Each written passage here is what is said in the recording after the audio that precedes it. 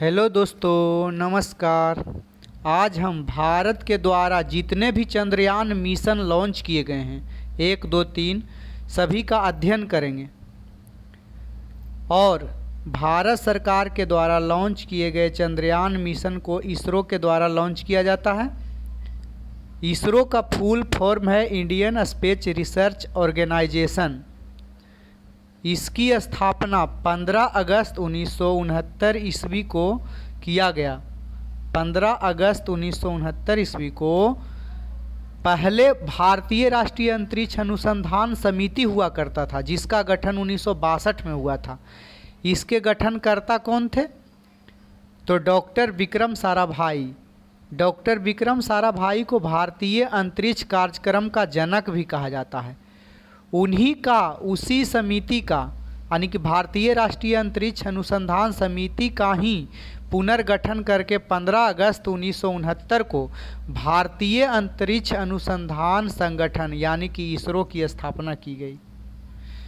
इसका मुख्यालय दोस्तों भारत के बेंगलुरु शहर में अवस्थित है, जो हमारे कर्नाटक राज्य में है। इसके प्रथम अध्यक्ष के रूप में विक्रम साराभाई को ही बनाया गया। इसरो जितने भी अंतरिक्ष से रिलेटेड लॉन्चिंग प्रोग्राम करती है, अधिकांश उसमें सतीश धवन अंतरिक्ष केंद्र से ही करती है। इसी क्रम में पहला चंद्रयान मिशन जो भारत का लॉन्च हुआ था, वो 22 अक्टूबर 2008 को लॉन्च हुआ था। वो PSLV-C11 के द्वारा लॉन्च किया गया था। PSLV का फुल फॉर्म है पोलर सैटेलाइट लॉन्च व्हीकल। वो विश्व का 68वां चंद्रयान मिशन था, जो कि भारत के द्वारा सफल रूप से लॉन्च किया गया था। और देश की अगर बात करें, संगठन और देश मिला के तो 6 नंबर का था। जैसे यूरोपियन यूनियन, अमेरिका, जापान, रूस, चीन, ये सब के बाद चंद्रयान मिशन लॉन्च करने में विश्व का 6ठा देश था जो सफल रूप से लॉन्च कर चुका था। यह एक ऑर्बिटर मिशन था। ऑर्बिट मतलब चंद्रमा के ऑर्बिट में जाकर चंद्रमा के चारों ओर चक्कर लगाना चंद्रयान का काम था। और इसका एक लक्ष्य था जल के उपस्थिति का पता लगाना, जो कि ये भाली भांति अपने काम में लगभग सफल ही रहा। आगे हम लोग देखते हैं तो बहुत दिन के बाद इस पे रिसर्च करते करते आखिर में वैज्ञानिक चंद्रयान 2 को लॉन्च करने के बारे में ही ठान लिए। और 22 जुलाई 2019 को GSLV Mk3M1 के द्वारा इसको लॉन्च किया गया। GSLV का फुल फॉर्म होता है geosynchronous launch vehicle. Mark 3 M1 के द्वारा लॉन्च किया गया। इसका वजन लगभग 3840 से 3850 kg तक था। उस समय अध्यक्ष जो थे 2019 में इसरो के K. Sivan थे। इसमें मुख्य रूप से 3 भाग के रूप में इसको वर्णन किया गया। इसमें ऑर्बिटर था, लैंडर दूसरा था और तीसरा रोवर था। ऑर्बिटर जो ऑर्बिट में घूमता है, लैंडर जिसको चंद्रमा पर उतरना था, उसका नाम दिया गया था विक्रम।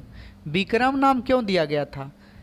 ये विक्रम नाम दिया गया था क्योंकि प्रथम अध्यक्ष हमारे विक्रम साराभाई थे। उन्हीं के नाम पर ही, मतलब उनके नाम को आधार मान के ही लैंडर का नाम विक्रम दिया गया। रोवर की बात करें तो इसका नाम प्रज्ञान दिया गया, जो चंद्रमा की सतह पर घूमने वाला था, चलने वाला था। प्रज्ञान मतलब होता है ज्ञान से भरपूर। दोस्तों, दुर्भाग्यवश कहा जा सकता है कि चंद्रयान 2 का संपर्क चंद्रमा के सतह से 2.1 किलोमीटर पर लगभग टूट गया। और इसी के साथ दक्षिणी ध्रुव पर लैंडिंग का जो प्रयास हमारा था, वो उसी के साथ हमारा सपना भी टूट गया। इसी क्रम में देखते हैं, और वैज्ञानिक इसी मॉड्यूल पर काम करते रहे, अपना सॉफ्टवेयर डेवलप करते रहे, और उन्होंने हार नहीं मानी और चंद्रयान 3 लॉन्च करने का संकल्प लिया। और इस क्रम में वह दिन आखिर आ ही गया जब 14 जुलाई 2023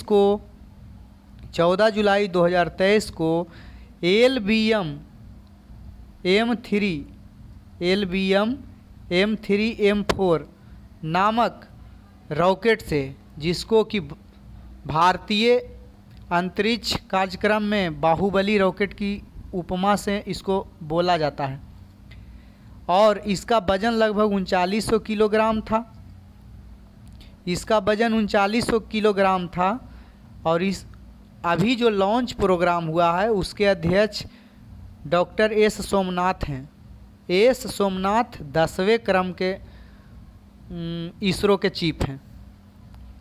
सतह पर कब पहुंचा? तो 23 अगस्त 2023 को शाम में चंद्रमा के दक्षिणी ध्रुव पर लैंड करने वाला पहला देश बन चुका भारत। यानी कि वर्ल्ड में देखा जाए तो चंद्रमा के सतह पर लैंड करने वाला भारत विश्व का चौथा देश बना। लेकिन चंद्रमा के दक्षिणी ध्रुव पर लैंड करने वाला विश्व का पहला देश इसी के साथ भारत बन गया। लॉन्च किया गया था 14 जुलाई 2023 को दोपहर में, और शाम में ये उतर गया 23 अगस्त 2023 को शाम में 6:04 के करीब उतरा। दोस्तों उतना नहीं एग्जाम में पूछता है, मेन रूप से हम लोग ये रटेंगे ही मुख्य पॉइंट। भाग के रूप में इसमें भी 3 ही थे, ऑर्बिटर थे। ऑर्बिटर तो दोस्तों चंद्रयान 2 का ही उसी से मदद लिया गया। चंद्रयान 2 का ऑर्बिटर भी बहुत वेलकम किया था चंद्रयान 3 का। तो ऑर्बिटर जो चंद्रमा के कक्षा में तो घूम रहा था, तो सही सलामत सब कुछ था। लैंडर वही विक्रम नाम दिया गया, और रोवर भी वही प्रज्ञान था। इसका लागत दोस्तों 615 करोड़ रुपए है चंद्रयान 3 का। इतना में दोस्तों हॉलीवुड का पिक्चर वगैरह भी बन जाता है। हमारे भारत का फिल्म भी 500-600 करोड़ में बनता है। और ये हकीकत में ही चांद पर पहुंच गया 615 करोड़ में इसरो। चंद्रमा के सतह पर उतरने वाला ये चौथा देश है दोस्तों, मैंने अभी बता ही दिया। चंद्रमा के सतह पर उतरने वाला इस तरह से चौथा देश बना, जबकि दक्षिणी ध्रुव पर लैंड करने वाला विश्व का पहला देश बन गया भारत। दक्षिणी ध्रुव को इतना महत्वपूर्ण क्यों समझा जाता है दोस्तों? नीचे में देखिए एक पॉइंट लिखे हैं। कठिन है क्योंकि यहाँ सूर्य का प्रकाश नहीं पहुँचता है, क्योंकि सूर्य के प्रकाश के विपरीत साइड में ये दक्षिणी ध्रुव पड़ता है। तापमान, जहाँ सूर्य का प्रकाश नहीं जाएगा वहाँ तो तापमान होगा ही नहीं, वो बहुत ठंडा प्रदेश में आता है। और यहाँ क्रेटर हैं, गड्ढे हैं, विभिन्न प्रकार के चट्टान हैं, जिस पर कि चलना नामुमकिन है, उतारना तो दूर बात है। अच्छा, इस मिशन के भाग की बात करें तो मिशन के भाग के रूप में इसमें 4 भाग को दिया गया। इसमें S-200 नाम का फ्यूल था जो 2 रॉकेट में भरा हुआ था। S-4 सॉलिड ठोस ईंधन भरा जाता है दोस्तों, सबसे पहले ठोस ईंधन ही जलता है। इसके बाद L-110 जो L-4 लिक्विड, ये तरल ईंधन था दोस्तों। और C-4 क्रायोजेनिक, देखते हैं आप लोग को सेट में भी मिलता है दोस्तों बहुत सारा, कि अंतरिक्ष में जो है तापमान को नियंत्रित करने के लिए किस इंजन का प्रयोग करते हैं, तो क्रायोजेनिक इंजन है। निम्न तापक्रमी होता है, निम्न ताप पर काम करता है ये इंजन। तो ये क्रायोजेनिक इंजन था, उसमें ईंधन भर के तीसरा भाग था। और चौथा भाग के रूप में तो जान ही रहे हैं ऑर्बिटर, लैंडर और रोवर था। ऑर्बिटर तो वो चंद्रयान 2 वाला ही था, लैंडर का नाम विक्रम था और रोवर का नाम प्रज्ञान था। इसका लक्ष्य क्या है दोस्तों चंद्रयान 3 का? इसका लक्ष्य है, जल का उपलब्धि तो पता पहले से चल ही चुका है, तो जल के बारे में सबूत खोजना, मतलब प्रूफ देना कि हाँ सच में जल है। और जीवन कभी अगर चंद्रमा पर भविष्य में हुआ होगा तो उसके सबूत का भी वर्णन करना। तो इसी तरह से हम लोग देखते हैं कि चंद्रयान 3 का शॉर्ट नोट्स कंप्लीट हो गया है दोस्तों।